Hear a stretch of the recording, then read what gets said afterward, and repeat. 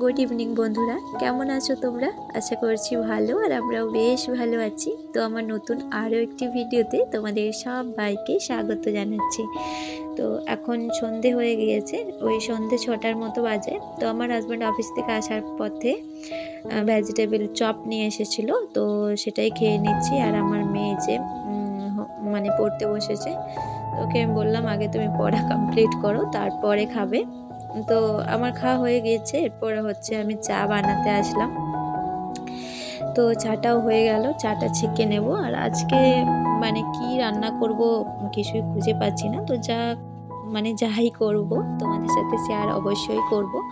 তো এই যে চাটা ছেঁকে নিলাম। আর ঠান্ডার সময় না তোমরা প্রায়শই দেখবে আমাকে চা খেতে। এমনিতে তোমরা তো দেখেইছো আমি চা সেভাবে একটা খাই না, আমার হাজব্যান্ডকে বানিয়ে দিই, কিন্তু আমি খাই না।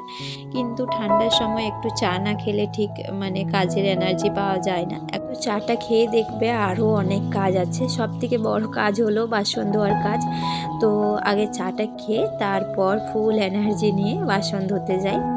তো দুপুরে সেরকম একটা বাসন নেই, ওই যে কটা থালা খেয়েছি সেই কটা থালাই রয়েছে। আর রান্না করার পরেই তো আমি কড়াই টড়াই সব ধুয়ে নিই। তো যাই হোক, চা খেয়ে কিচেনের কাজ মোটামুটি কমপ্লিট করেছি, মানে গ্যাস ট্যাস সব মুছলাম আবারও। তারপরে হচ্ছে বাসন ধুই, এখানে যা যা লাগবে সব কেটে নিয়েছি। তো কি বানানো হবে তোমরা আশা করি দেখেই বুঝতে পেরে গিয়েছো। হ্যাঁ, আজকে আমাদের খিচুড়ি রান্না হবে। তো প্রত্যেক দিন কী বানাবো করে মাথা খারাপ হয়ে যায়। আর এখন যেহেতু মানে কুয়াশা কুয়াশা রয়েছে, বৃষ্টিও পড়ছে, তো ভাবলাম খিচুড়ি বানানো যাক। তো সকালের দিকে চাইলেই বানানো যায়, কিন্তু যেহেতু আমার হাজব্যান্ড অফিসে খাবারটা নিয়ে যায়, তো খিচুড়িটা না মানে সকালে রান্নাটা দুপুরে খেলে যেহেতু আমি টিফিন বক্সে করে দেবো, তো সেটা জমে যায়, খেতে ভালো লাগে না। বাড়িতে না হয় আমি একটুখানি ফুটিয়ে নিলাম, কিন্তু অফিসে তো কিছু করার নেই। তো সেই জন্য সকালের দিকে করি না, আর ভাবলাম রাত্রিরেই করি। আর এটা কি ধুচ্ছি বলো তো বন্ধুরা? পালং শাক। তো সমস্ত রকম যা যা সবজি লাগবে সবই কিন্তু কেটে নিয়েছি। আর দেখো বেগুনগুলো আমার হাজব্যান্ডের মধ্যে দিয়ে দিয়েছি, বললো কিছু হবে না, এর সাথে ফ্রাই হয়ে যাবে। তো এই যে লঙ্কা দিচ্ছি অল্প একটুখানি কালারের জন্য। তো আমার মেয়ে হচ্ছে টিউশন পড়ছে, মানে অনেকক্ষণই এসছে স্যার, এরপর ছুটি হয়ে যাবে। তো ওই জন্য খাবারটা তাড়াতাড়ি রেডি করছি। দেখবে পড়তে বসলে আমাদের ছোটোবেলায় যেটা হতো, পড়া থেকে উঠেই কিন্তু খিদে পেয়ে যেত। আর সেটাও মানে আমি আমার মেয়ের ক্ষেত্রেও দেখি। আজকে দুপুর মানে সন্ধেবেলা সেরকম একটা নাস্তা করেনি, ওই ভেজিটেবল চপই খেয়েছে, ব্যাস আর কিছু না। তো দুধটা দিলাম না, যেহেতু চপ তেলে ভাজা খেয়ে তারপর দুধটা খেলে মানে ভালো না জিনিসটা, সেই জন্য।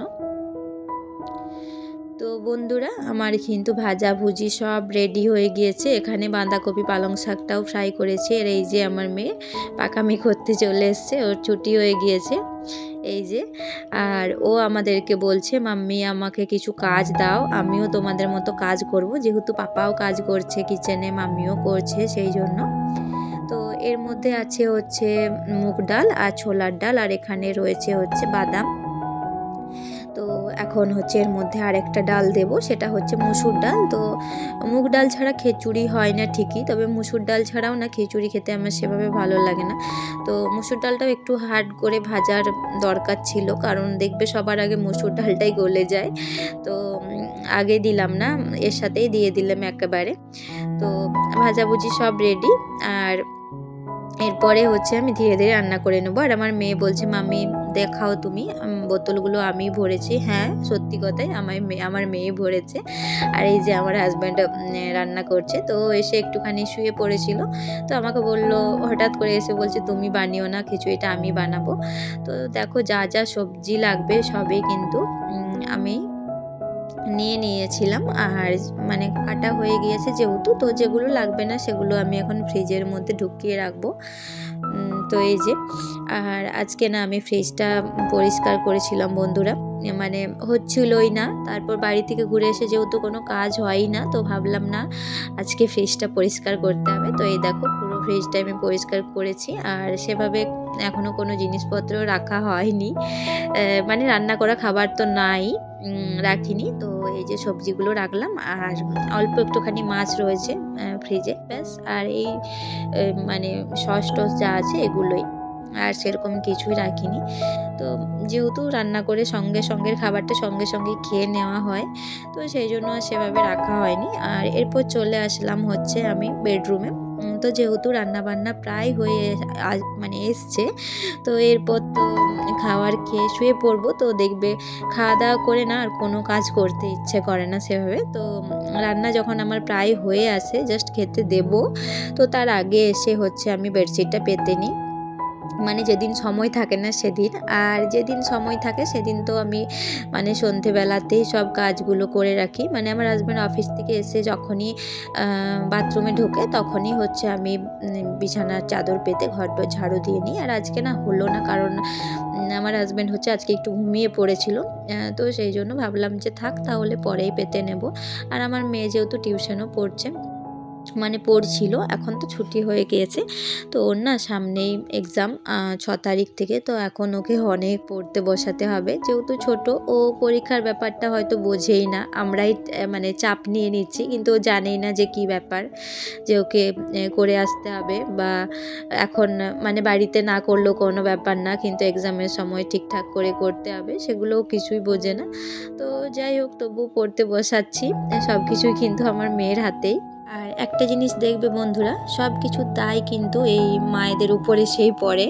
ছোটোবেলাতে যখন আমরা দুষ্টুমি করতাম তখন কিন্তু মানে আমার মাকেই শুনতে হতো, আর এখনের ক্ষেত্রেও ঠিক তাই হবে, কারণ আমার মেয়ে যদি মানে নাম্বার কম পায় বা জানা কোশ্চেনও ছেড়ে আসে, যেহেতু এখনও অনেকটাই ছোট, তবুও না মানে যদি ছেড়ে আসে বা না করে, তো আমাকে কিন্তু শুনতে হবে। সবাই বলবে যে মা হয়তো ধ্যান দেয়নি সেভাবে, মা হয়তো ঠিক করে পড়ায়নি। তো যাই হোক, এটাই মানে চিন্তা সবসময়। তো ওকে টাইম পেলে এখন আমি পড়তে বসাচ্ছি।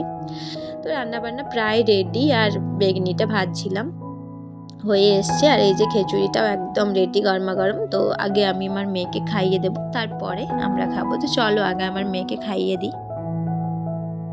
তো বন্ধুরা, আমার কিন্তু মানে খাবার দাবার রেডি, মানে এরপর বসবো খেতে, আর আমার মেয়েকে খাইয়ে দিলাম, এরপর আমরা খাবো।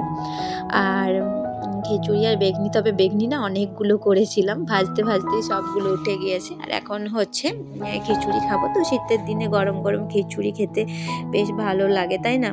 খিচুড়িটার মধ্যে কিন্তু সবজি বেশি ছিল, আর একটুখানি মানে জলই বানালাম, মানে ওই ফ্রাই খিচুড়িটা বানালাম না। অনেকেই শুকনো শুকনো করে, তো আমার কিন্তু শুকনো শুকনো থেকে এই ঝোল খিচুড়িটাই বেশ ভালো লাগে। আর একটা কথা বলে রাখি, খিচুড়িটা কিন্তু পুরোটাই নিরামিষ, তো ভীষণ সুন্দর হয়েছিল, আর আমার হাজব্যান্ড বানিয়েছে।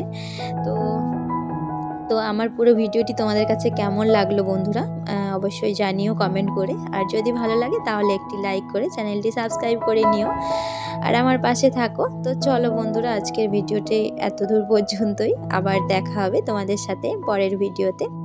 তো চলো আজকের মতো টাটা, তোমরা সবাই ভালো থেকো, সুস্থ থেকো, গুড নাইট।